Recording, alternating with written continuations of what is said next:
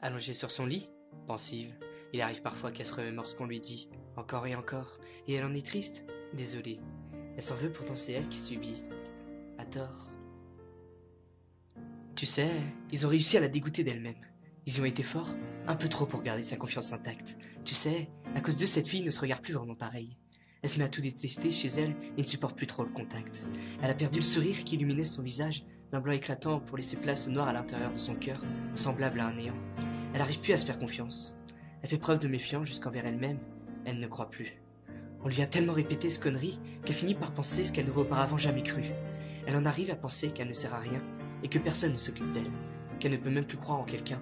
C'est malsain, désolant et elle n'en mérite rien. Tantôt la faute aux gens et leur stupidité, tantôt la faute au monde qui ne trouve pas de remède pour l'apaiser. Tantôt elle sourit, laisse un semblant et tantôt se met à pleurer.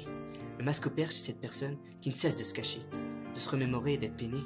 Elle souffle silencieusement mais n'ose rien confier. C'est l'histoire de cette jeune fille innocente et pure, dont la conscience a été troublée par des personnes qui ont été plus qu'insolentes et dures. De vraies pourritures. Tu sais, elle manque cruellement de confiance en elle. Sans doute est-ce dû aux multiples jugements qui lui ont laissé des séquelles. Pourtant, crois-moi, elle ne se rend pas compte à quel point elle est belle, à quel point c'est une merveille.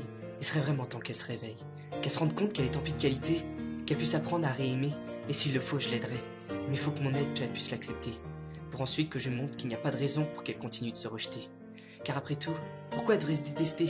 Ce n'est pas aux autres d'en décider. Pourtant, c'est bien eux qui l'ont fortement influencée, qui l'ont poussée à se dégoûter, sans raison valable, pitoyable. Alors elle pense à tort que le problème c'est son corps, à défaut de penser que le vrai est dans leur tête. Et on a beau se tuer maintenant à lui dire qu'elle est magnifique, il n'y a plus rien à faire, elle s'entête. C'est la conséquence d'avoir été trop souvent persécutée par les mots. Elle reste embrouillée dans le noir total et ne distingue plus le vrai du faux. Son image d'elle est brouillée comme si elle regardait son reflet dans l'eau, brouillée par des petites pierres qui représentent chacune l'un de ses mots. Indélébile, ces taches gravées dans son esprit, elle ne sait plus comment s'en débarrasser. Débile, ces douleurs sont inutiles mais pourtant puissantes et bien infligées. Bien encaissées, on peut dire qu'elles se sont bien incrustées, et les faire sortir paraît aujourd'hui pour elle plus que compliqué. Alors secrètement, elle lance un appel au secours à la personne qui saura lui redonner le sourire. Elle en a marre de souffrir. Comprends-la, elle aussi a le droit à son lot de bonheur. Et je sais que forcément elle le connaîtra un jour. Je ferai tout pour l'avoir de bonne humeur. Parce que c'est ce sourire sincère que j'aime sur son visage, c'est ce rire aux éclats que je lui envisage. Il ne faut pas qu'elle soit triste, car c'est tout simplement pas son rôle. Elle doit continuer à aimer la vie, la vivre à fond, la trouver drôle.